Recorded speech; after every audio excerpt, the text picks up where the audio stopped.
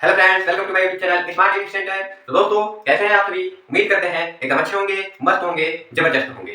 दोस्तों, आज का हम लोग का टॉपिक है वो है ईसीजी का सेकंड पार्ट। इसका फर्स्ट पार्ट हम इसके जस्ट पीछे वाले वीडियो में बताए हैं। वहां पे हम ईसीजी के बारे में, यानी ईसीजी क्या होता है, ईसीजी का फुल फॉर्म क्या है, ईसीजी के फादर कौन है, ईसीजी में जो इलेक्ट्रोग्राफी होता है वो क्या है, ईसीजी का यूज हम कहाँ करते हैं, और जिस ग्राफ पे हम ईसीजी का रिपोर्ट नोट करते हैं उस ग्राफ के बारे में हम बिल्कुल अच्छे से बता चुके हैं। यदि आपने इस वीडियो को नहीं देखा है तो वीडियो का लिंक हम डिस्क्रिप्शन बॉक्स में दे देंगे, वहां से आप उस वीडियो को देख लीजिएगा। आज हम यानी इस टॉपिक में हम पढ़ने वाले हैं ईसीजी की जो वेव होती है उनके बारे में, और जो उनके बीच इंटरवल होता है उनके बारे में, और इन वेव को आने में कितना समय लगता है, कितना एम्पलीट्यूड तक इन वेव का उठने का पावर होता है, उसके बारे में हम इसमें बात करने वाले हैं। एकदम सिंपल भाषा में, एकदम आसान भाषा में आपको समझाने वाले हैं, तो वीडियो को बिल्कुल भी स्किप मत करिएगा यदि आपको ईसीजी रिपोर्ट को समझना है तो। ठीक है, तो चलिए अपना टॉपिक स्टार्ट करते हैं। ईसीजी टॉपिक स्टार्ट करने से पहले आपसे एक छोटी सी रिक्वेस्ट करते हैं, वीडियो अच्छी लगी तो लाइक कर दीजिएगा, कमेंट्स कर दीजिएगा, शेयर कर दीजिएगा अपने फ्रेंड्स को, और यदि आप हमारे चैनल पर नए नए आए हैं तो चैनल को सब्सक्राइब कर दीजिएगा, साथ ही साथ बेल आइकन को प्रेस कर दीजिएगा ताकि जब भी मैं कोई नया वीडियो अपलोड करूं उसका नोटिफिकेशन आपको मिल जाए। तो चलिए अपना टॉपिक स्टार्ट करते हैं। ईसीजी यानी इस टॉपिक में हम बताएं आपको क्या बात करेंगे, जो वेव होती है ईसीजी में उनके बारे में। ईसीजी में मुख्य रूप से कितनी वेव होती हैं? 5 वेव होती हैं। उन 5 वेव के बारे में हम इसमें बात करने वाले हैं। उनका ड्यूरेशन कितना होता है एक वेव से दूसरे वेव के आने में, और एक वेव कितना एम्पलीट्यूड तक ऊपर उठ रही है उसके बारे में हम बात करेंगे। देखिए, ईसीजी हम लोग का एक जो कार्डियक साइकिल कंप्लीट होता है उसी को हम नोट करते हैं। ठीक है, यानी ये जो पीक्यूआरएसटी 5 वेव होती है, पीक्यूआरएसटी क्या नाम है इनका? 5 वेव का इनका नाम है पीक्यूआरएसटी। ये 5 वेव ही होती हैं जो ईसीजी की रिपोर्ट में नोट की जाती है। सॉरी, तो इन पीक्यूआरएसटी के बीच में ड्यूरेशन कितना लगता है? एक से दो वेव में मतलब एक वेव आई फिर दूसरी वेव आई, कितने समय लगा? एक वेव खत्म हुई फिर दूसरी वेव स्टार्ट हुई, फिर दूसरी वेव कितना एम्पलीट्यूड तक ऊपर उठी, कितना एम्पलीट्यूड तक नीचे गई, यही देखते हैं हम ईसीजी रिपोर्ट में। ठीक है, तो ये टोटल पीक्यूआरएसटी जो 5 वेव है ये कब आती है? जब हार्ट का एक कार्डियक साइकिल कंप्लीट होता है, यानी हार्ट की एक बीट आती है, जब एक कार्डियक साइकिल उसका कंप्लीट हुआ, एक बीट नहीं एक कार्डियक साइकिल जब कंप्लीट होता है हार्ट का, तब आता है ये 5 वेव पीक्यूआरएसटी। ठीक है, यानी हार्ट का ब्लड एट्रियम में गया, एट्रियम से वेंट्रिकल में गया, वेंट्रिकल से बॉडी पार्ट में गया, उसका एक कार्डियक साइकिल हुआ। ठीक है, तो उतने देर में ये पीक्यूआरएसटी वेव आती है। देखिए, वन कार्डियक साइकिल यानी एक कार्डियक साइकिल में ईसीजी का रिपोर्ट आता है। एक कार्डियक साइकिल कितना होता है? 0.8 सेकंड का होता है। कितना होता है? 0.8 सेकंड का कार्डियक साइकिल पिछले वाले वीडियो में बता चुके हैं। ठीक है, आप नहीं देखे वीडियो को तो सबसे पहले आप उस वीडियो को देख लीजिएगा, तभी जाके आपको ईसीजी एकदम अच्छे से समझ में आएगा। ठीक है, तो देखिए कार्डियक साइकिल हम लोग का एक कार्डियक साइकिल कब कंप्लीट होता है? 0.8 सेकंड में एक कार्डियक साइकिल कंप्लीट होता है, और उसी 0.8 सेकंड में ये पीक्यूआरएसटी वेव आती है। ठीक है, तो सबसे पहले ये जो पीक्यूआरएसटी वेव है इनके बारे में जानेंगे। देखिए, normal ECG tracing show 5 wave, यानी नॉर्मल ईसीजी जो होता है 5 वेव शो करता है। क्या नाम है उनका? पीक्यूआरएसटी, इनका नाम है पीक्यूआरएसटी। अभी पीक्यूआरएसटी वेव के बारे में हम जान लेते हैं। देखिए, सबसे पहले पी वेव की बात करते हैं। पी वेव, ठीक है, पी वेव क्या है? कार्डियोवाई कॉन्ट्रैक्शन ऑफ एट्रिया, यानी पी वेव कब आती है? बातों को ध्यान दीजिएगा, पी वेव कब आती है? जब एट्रिया कॉन्ट्रैक्ट करता है तब जाके पी वेव आती है। कब आती है पी वेव? जब हम लोग का एट्रिया कॉन्ट्रैक्ट करता है तो उसके कॉन्ट्रैक्शन से आती है पी वेव। ठीक है, कॉन्ट्रैक्शन मतलब मान लीजिए एट्रिया खुला हुआ है, खुल के जब वो सिकुड़ता है तो उसके सिकुड़ने से हम लोग का ये पी वेव आता है। ठीक है, सिकुड़ने का रीजन क्या है एट्रिया का? तो देखिए, P wave arise when impulse from essay node switch over the atria, यानी पी वेव कब उत्पन्न होती है? जब इंपल्स हम कहें तो इलेक्ट्रिकल एक्टिविटी जब पूरे एट्रिया में एसे नोड से जब पूरे एट्रिया में फैल जाता है तब जाके पी वेव आती है। अब एसे नोड क्या होता है, इंपल्स क्या होती है, तो ये भी हम आपको एकदम पीछे वाले वीडियो में बता चुके हैं, आप वहां से जान जाएंगे। हार्ट का कंडक्शन सिस्टम वाला टॉपिक देखिए, वहां पे हम आपको एसे नोड के बारे में सब कुछ बताएंगे। ठीक है, तो पी वेव कब आई? कॉन्ट्रैक्शन ऑफ एट्रिया, एट्रिया जब कॉन्ट्रैक्ट की तब आई हम लोग की पी वेव। ठीक है, इसका ड्यूरेशन कितना होता है? पी वेव आई तो इसका ड्यूरेशन कितना होता है, समय कितना होता है? 0.1 सेकंड। कितना होता है? 0.1 सेकंड, यानी 0.1 सेकंड में आएगी पी वेव। इतने ही देर तक रहेगी पी वेव, इसके बाद से फिर दूसरी वेव स्टार्ट हो जाएगी। 0.1 सेकंड रही फिर दूसरी वेव स्टार्ट हुई। एम्पलीट्यूड यानी इसमें तरंग कितना ऊपर उठती है, तो इसमें एम्पलीट्यूड इसका होता है 0.1 से 0.2 माइक्रोवोल्ट। 0.1 से 0.2 माइक्रोवोल्ट। जैसे मान लीजिए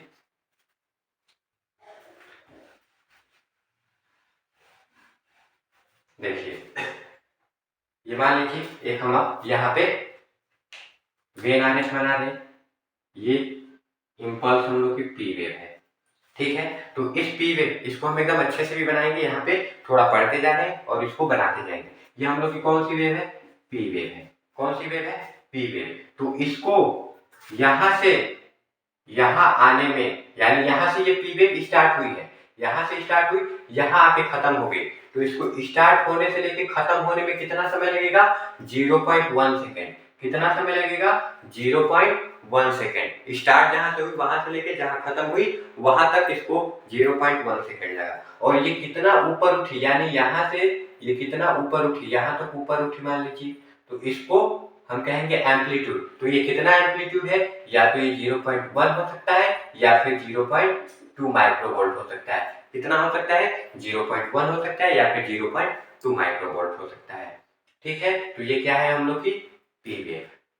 यदि सपोज मान लीजिए इससे ज्यादा समय लग रहा है, यानी 0.1 से ज्यादा समय लग रहा है, मान लीजिए पी वेव हम लोग की यहाँ से स्टार्ट हुई है, ऐसे ऐसे चलते चलते यहाँ जाके खत्म हो रही है, या फिर इसका एम्पलीट्यूड इतना ऊपर उठ गया, तो इसका मतलब समझ लीजिए हमारे हार्ट में कोई प्रॉब्लम है, कोई दिक्कत है।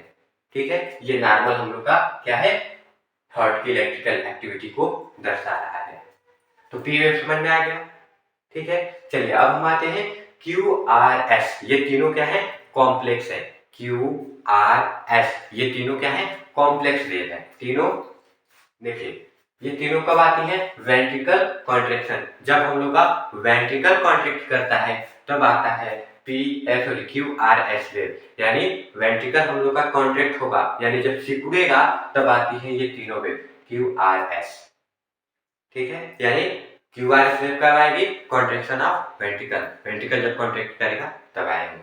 ठीक है, देखिए Q R S wave represent impulse from the AV node, यानी जब इंपल्स एवी नोड में जाएगा और वहां से कहां पहुंचेगा, through the bundle of fish से होते हुए एंड पुरकिंजे फाइबर से होते हुए and electrical activity of ventricular muscle, यानी इन सब से होते हुए जब वेंट्रिकल मसल है, वेंट्रिकुलर मसल है, वहां पे पहुंचेगा तब हम लोग की आती है कौन सी, क्यू आर एस वेव आती है। ठीक है, समझ में आया, यानी Q R S wave simple में कब आता है, वेंट्रिकल के कॉन्ट्रैक्शन में आता है। ठीक है, अब क्यू आर एस वेव जो है इसका ड्यूरेशन कितना है, इस तीनों वेव का ड्यूरेशन कितना होता है, 0.8 से 0.08 से, ठीक है 0.08 से 0.10 सेकेंड होता है। कितना होता है, 0.08 से 0.10 सेकेंड होता है। अब एम्पलीट्यूड कितना होता है, यानी उनका माप कितना होता है, परिणाम कितना होता है, तो क्यू वेव का तीनों का इसमें अलग होता है। ये तीनों का एक साथ टाइमिंग है, तीनों इतने देर में आएंगे, लेकिन इसमें क्यू वेव का कितना होता है समय, तो देखिए क्यू वेव का एम्पलीट्यूड होता है, समय नहीं, क्यू वेव का एम्पलीट्यूड कितना है, 0.1 माइक्रोवोल्ट से 0.2 माइक्रोवोल्ट, कितना 0.1 माइक्रोवोल्ट से 0.2 माइक्रोवोल्ट तक ये क्यू वेव है। आर वेव का कितना होता है, 1 माइक्रोवोल्ट, कितना होता है 1 माइक्रोवोल्ट। एस वेव का कितना होता है, 0.4 माइक्रोवोल्ट, ये किसका है, आर का है 1 माइक्रोवोल्ट, एस का है 0.4 माइक्रोवोल्ट। ठीक है, तो इसको भी देखिए हम यहाँ बना रहे हैं जस्ट इसके आगे, यहाँ से मान लीजिए ये वेव थोड़ी आगे बढ़ी, ये बीच में नहीं है, इसको ध्यान दीजिएगा, बीच में नहीं है। ठीक है, यहाँ से ये थोड़ी आगे बढ़ी और आगे बढ़ के क्या होती है, डाउन होगी, मान लीजिए इतना डाउन हुई, फिर डाउन होके ऊपर उठी ऐसे। ठीक है, ऊपर उठने के बाद फिर ये नीचे आती है, ठीक है, और नीचे आके फिर ये ऊपर हो जाती है ऐसे, और फिर ये सीधे चलने लगती है। ठीक है, तो इसमें से हम लोग का ये पी वेव हो गया, ये क्यू, ये आर और ये एस। ठीक है, तीन वेव हो गई, चार, पी क्यू आर एस, ये चार वेव होती है हम लोग की। ठीक है, अब इसमें देखिए हमने कहा क्यू वेव का एम्पलीट्यूड कितना होता है, समय तो पता है, समय तीनों वेव का समय कितना है, यानी जब तीनों वेव कॉम्प्लेक्स साथ में आएगी क्यू आर एस, तो 0.8 से 0.08 से 0.10 सेकेंड लगेगा टाइम, यानी हम कहें तो यहाँ से स्टार्ट होने और यहाँ से खत्म होने में इसको समय कितना लग गया, इतना समय लग गया। ठीक है, अब इसमें एम्पलीट्यूड कितना हुआ, क्यू वेव का एम्पलीट्यूड हुई, यानी क्यू वेव यहाँ से यहाँ तक आई, यानी इसका एम्पलीट्यूड कितना होना चाहिए, 0.1 से 0.2 माइक्रोवोल्ट, नॉर्मल के लिए 0.1 से 0.2 माइक्रोवोल्ट।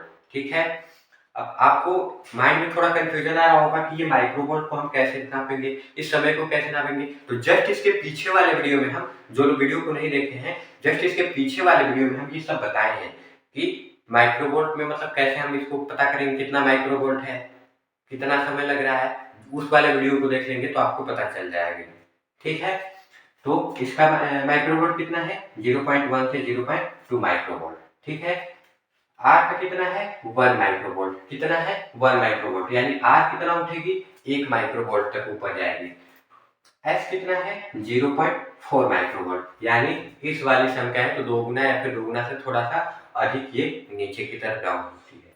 ठीक है, यदि इनके ये नॉर्मल रेंज से अधिक होती हैं या फिर कम होती हैं तब इसका मतलब समझ लीजिए हमारे हार्ट में कोई ना कोई प्रॉब्लम है, कोई ना कोई बीमारी है। ठीक है, तो ये हम लोग की हो गई Q R S wave, P wave भी बता दी, क्यू आर एस वेव भी बता दी। अब हम चलते हैं टी वेव पे। कहाँ चलते हैं, टी वेव पे। चलिए देखिए टी वेव कब आती है, टी वेव आती है वेंट्रिकल रिलैक्सेशन, जब हम लोग का वेंट्रिकल क्या होता है रिलैक्स होता है। वेंट्रिकल रिलैक्स यानी वेंट्रिकल कंट्रैक्ट हो गया, कंट्रैक्ट होने के बाद फिर वो फैलेगा तभी तो उसमें ब्लड भरेगा। तो जब वो कंट्रैक्ट होकर सिकुड़ के फैलता है तो फैलते समय आता है कौन सी वेव, टी वेव, यानी जब वेंट्रिकल सिकुड़ के फैला तो आता है कौन, टी वेव।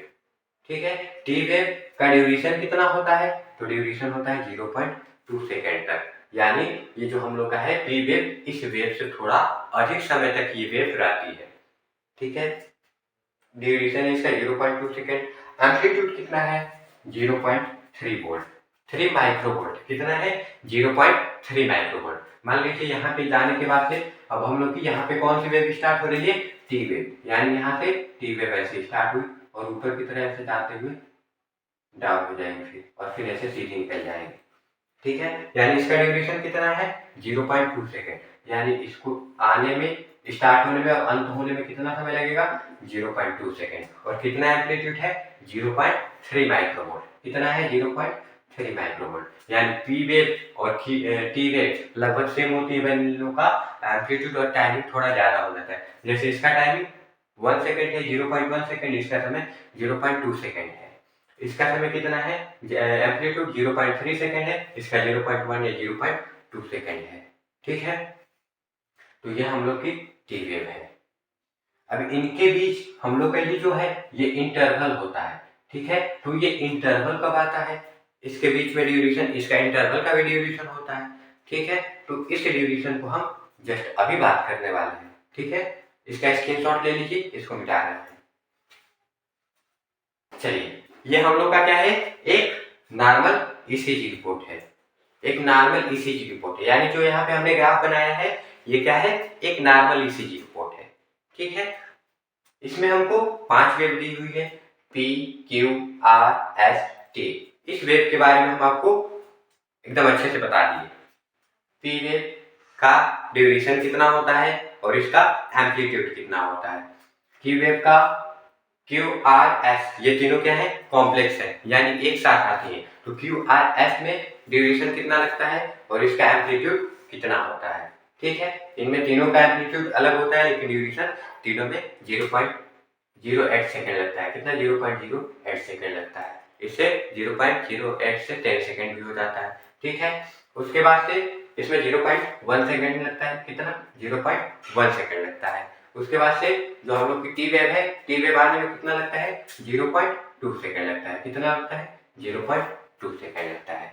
ठीक है, तो इसके बाद से इसका एम्पलीट्यूड कितना होता है, इसमें अलग अलग एम्पलीट्यूड होता है, इसका भी एम्पलीट्यूड अलग अलग होता है, जो अभी हम जस्ट अभी बताए हैं। ठीक है, तो चलिए अब यहाँ पे हमको क्या देखना है, इनके बीच कुछ इंटरवल है, कुछ सेगमेंट है। तो इंटरवल क्या होता है, सेगमेंट क्या होता है, इनको भी जानना आपके लिए बहुत जरूरी हो जाता है यदि आप ईसीजी रिपोर्ट को क्या करते हैं, रीड करते हैं, पढ़ते हैं। तो देखिए सबसे पहले हम इसके सेगमेंट के बारे में जान लेते हैं। सेगमेंट इसके कौन कौन से हैं, 2 सेगमेंट है, एक है हम लोग का पीआर सेगमेंट और एक है एसटी सेगमेंट, ये 2 सेगमेंट है।